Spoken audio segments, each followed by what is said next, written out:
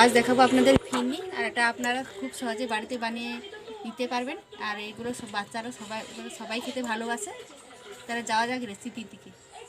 ফিরনির জন্য এখানে নিয়েছি গোবিন্দভোগ চাল, এটা নিয়েছি 150 গ্রাম, আর এটা আমি 25 মিনিটের জন্য ভিজিয়ে রাখবো।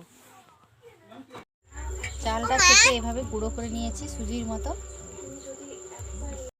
একদম একদম প্লেন করে পিসিনি। এটা এখানে জল নিয়েছি, আর এটা গরম হোক। চলো, জলটা গরম হয়ে গেছে, এবার দিলাম গুঁড়ো দুধ।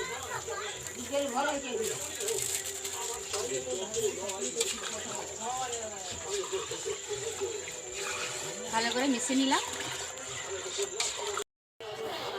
আর এতে দিলাম কেশর, চাল,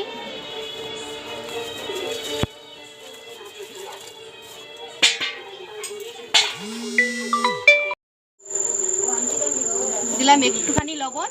এতে দিলে আর ফিরনির স্বাদটা আর একটু বেশি ভালো হবে। দিলাম এলাচের গুঁড়ো,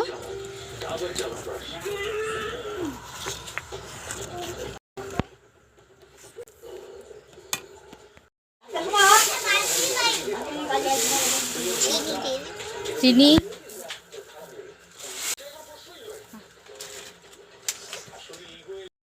দিলাম কাজু কিশমিশ।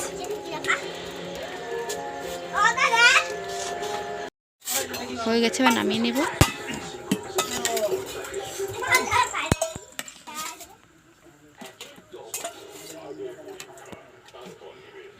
ভালো লেগে থাকে লাইক, কমেন্ট আর সবাইকে শেয়ার করে দেবেন। আর আপনারা সবাই ভালো থাকবেন, সুস্থ থাকবেন।